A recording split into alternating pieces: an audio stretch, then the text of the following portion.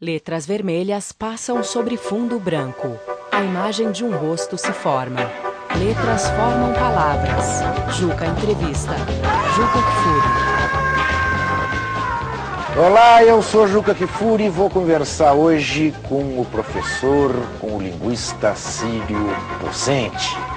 Quem é o professor Círio Docente? Professor, trabalho na Unicamp há 28 anos, acho. Né? Antes disso eu trabalhei em 2 ou 3 anos em Ijuí, Rio Grande do Sul. Antes disso 1 ano em Caçador. Então sou linguista há 30 anos, digamos assim. Em né? Caçador? Caçador Santa Catarina, porque eu sou daquela região. Tá. Eu sou nascido em Arroio Rio Grande do Sul? Isso. Tá. Sou daquela região de Santa Catarina. Sou nascido em Arroio 30. Tá. Professor Círio Docente tem uma coluna semanal no Terra Magazine, que é uma belíssima revista do portal Terra. E escreveu uma coluna deliciosa e, diga-se de passagem, demolidora sobre uma entrevista que eu fiz aqui com o professor Pasquale Ciproneto. Bom, a coluna dele, não me peça para reproduzir, porque também não vou me imolar em praça pública. Mas a coluna dele era, assim, daquelas de fazer pensar. E de fazer pensar sobre a arrogância da gente.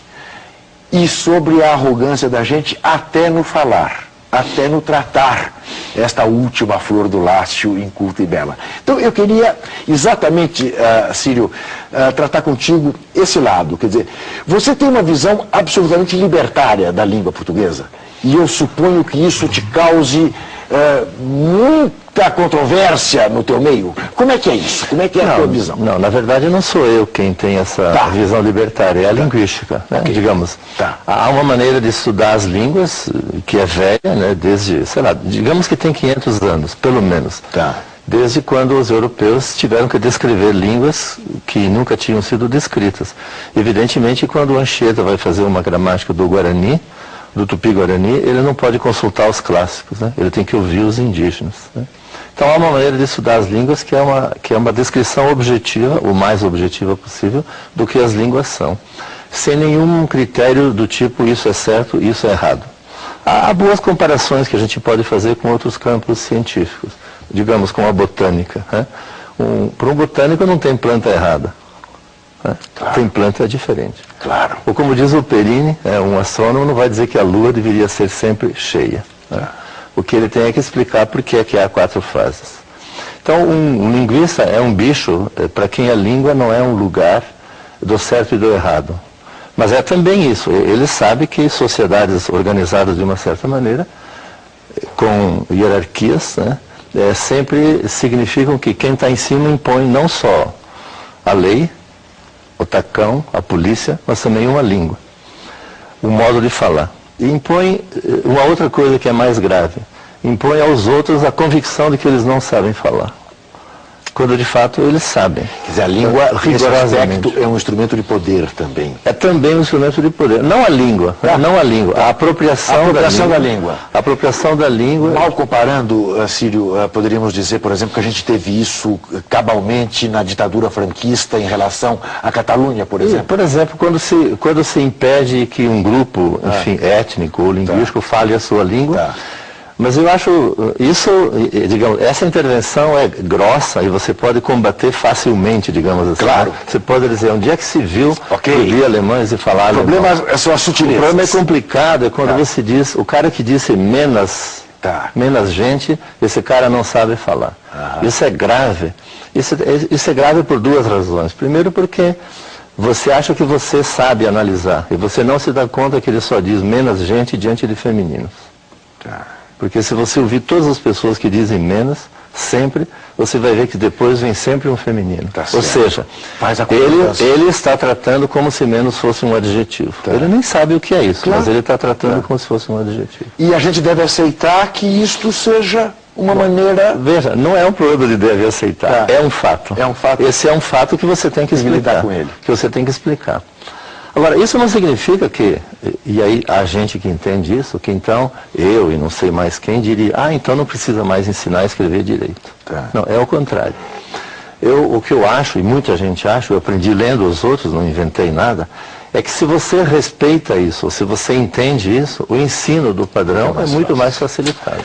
Nós vamos continuar essa conversa deliciosa. Eu já sei que hoje vai faltar tempo, mas enfim, até já. Letras vermelhas passam sobre fundo branco. A imagem de um rosto se forma. Letras formam palavras. Juca entrevista. Juca Kfouri.